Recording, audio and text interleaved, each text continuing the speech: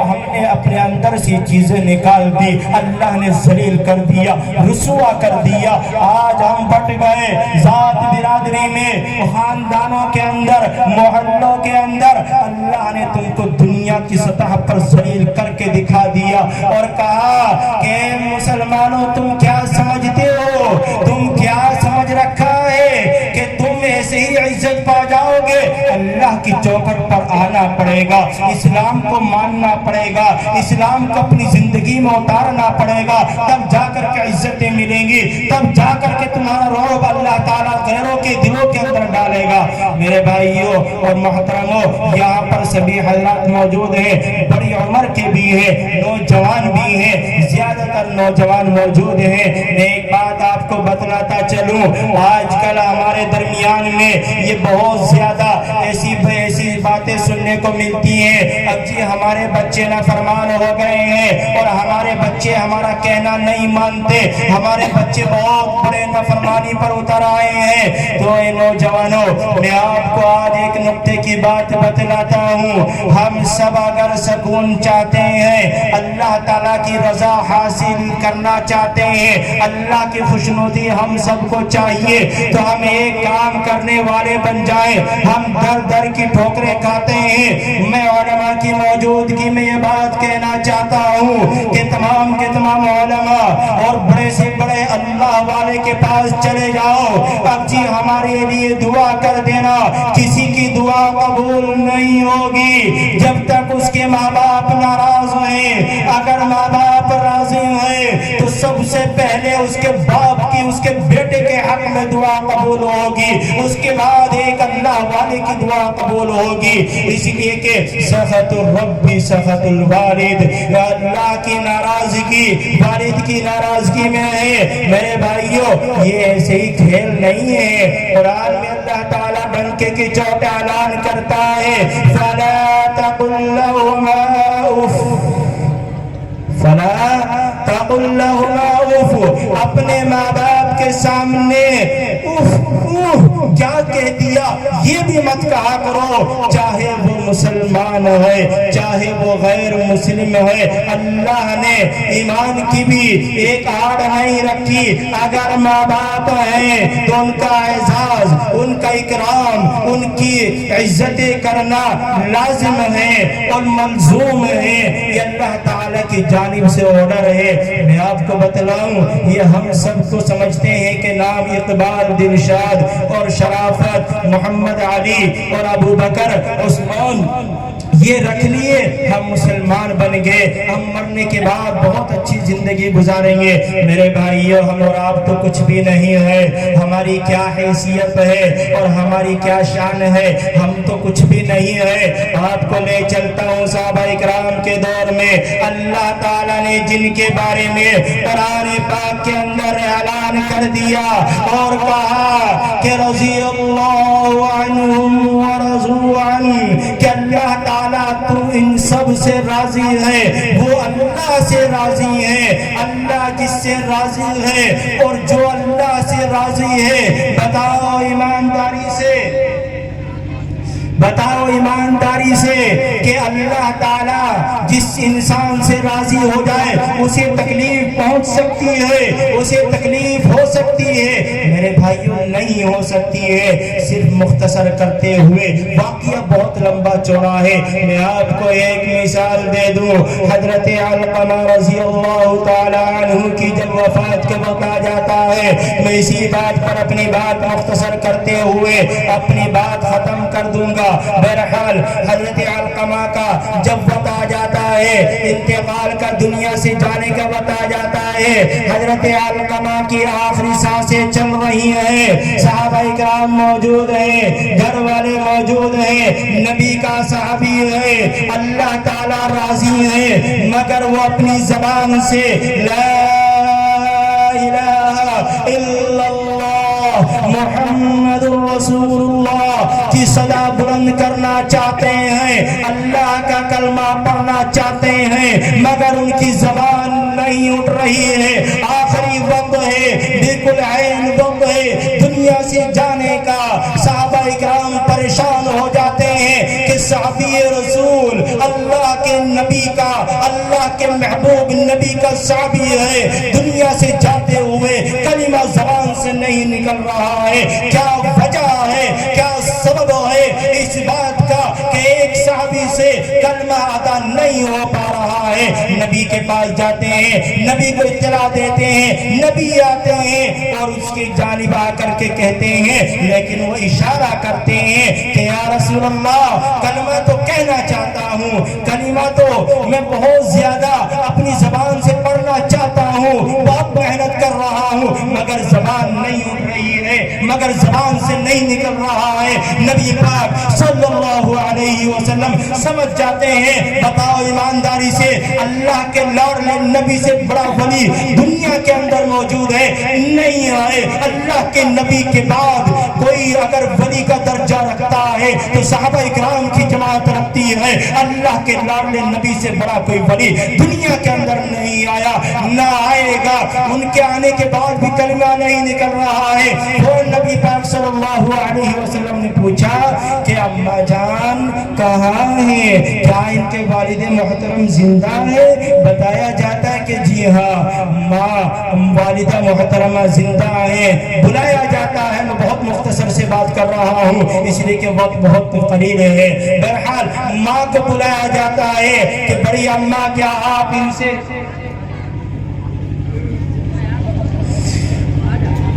بلایا جاتا ہے اور پوچھا جاتا ہے کیا آپ اپنے بیٹے سے ناراض ہیں؟ تو ماں بولتی ہے کہ میں ناراض تو نہیں ہوں، البتہ اتنی بات ہے کہ میں کوئی بات کہتی تھی اور اس کی بیوی کوئی بات کہتی تھی، یہ اپنی بیوی کی بات کو میری بات پر ترجیح دے دیا کرتا تھا، بس اتنی سی بات ہے۔ تو اب اللہ کے لاڈلے نبی صلی اللہ علیہ وسلم کہتے ہیں کہ اچھا ماں جان اس کو معاف کر دو، یہ آخرت میں جانے والا ہے، جلنا پڑے گا اگر آپ نے اس کو معاف نہیں کیا۔ لیکن اللہ کے لاڈلے نبی کہتے ہیں کہ ایسے نہیں مانیں گی، اور لکڑیاں اکٹھی کرنے کا حکم دیتے ہیں کہ یا میرے سامنے لکڑیاں اکٹھی کر دی جائے، آگ جلا دی جائے اور اس کے اندر ان کے بیٹے کو جلا دیا جائے۔ ماں ہوتی ہے، میں مختصر کرنے چلا، ماں ہوتی ہے، فوراً ایک دم ان کے دل میں ممتا جاگ جاتی ہے، میرے سامنے میرے لڑکے کو میرے بیٹے کو کیسے جلاؤ گے؟ میں ماں ہوں، یہ کتنا بھی بڑا بچہ نالائق ہو نافرمان ہو، لیکن ماں کی ممتا ایک دم محبت کے جوش مارنے لگ جاتی ہے۔ وہی ہوا، کہنے لگی کہ میں نے معاف کر دیا، میرے سامنے نہ جلانا، آخرت میں اس سے بھی تکڑی آگ لگے گی تو میں کیسے گوارا کروں گی جب دنیا کے اندر میرا دل جلانا گوارا نہیں کر رہا ہے۔ ادھر معاف کرتی ہیں، ادھر حضرت علقمہ رضی اللہ تعالی عنہ کی زبان سے اشہد ان لا الہ الا اللہ واشہد ان محمدن عبدہ ورسولہ کی صدا بلند ہوتی ہے اور روح پرواز کر جاتی ہے۔ یہ ہے ماں باپ کا مقام، یہ ہے ماں باپ کی شان، ہم نے اور آپ نے نہیں جانا۔ وعدہ کرو کہ ماں باپ کی نافرمانی نہیں کریں گے، کریں گے یا نہیں کریں گے؟ نہیں کریں گے۔ اور دوسری بات، پہلی بات کیا بتائی تھی کہ دین سیکھیں گے، سیکھو گے ماشاءاللہ۔ وآخر دعوانا الحمدللہ رب العالمین۔